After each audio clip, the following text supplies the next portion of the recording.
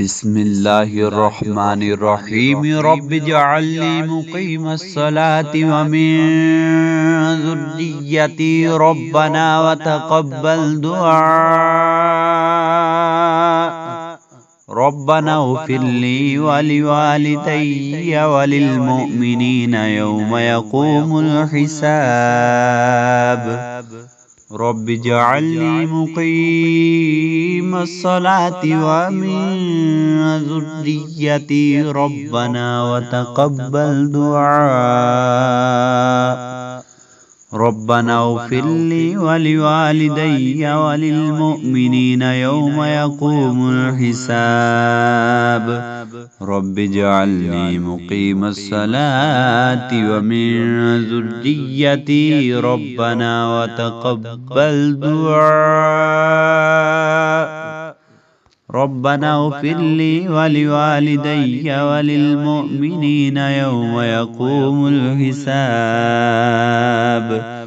رب اجعل لي مقيم الصلاة ومن ذريتي ربنا وتقبل دعاء ربنا اغفر لي ولوالدي وللمؤمنين يوم يقوم الحساب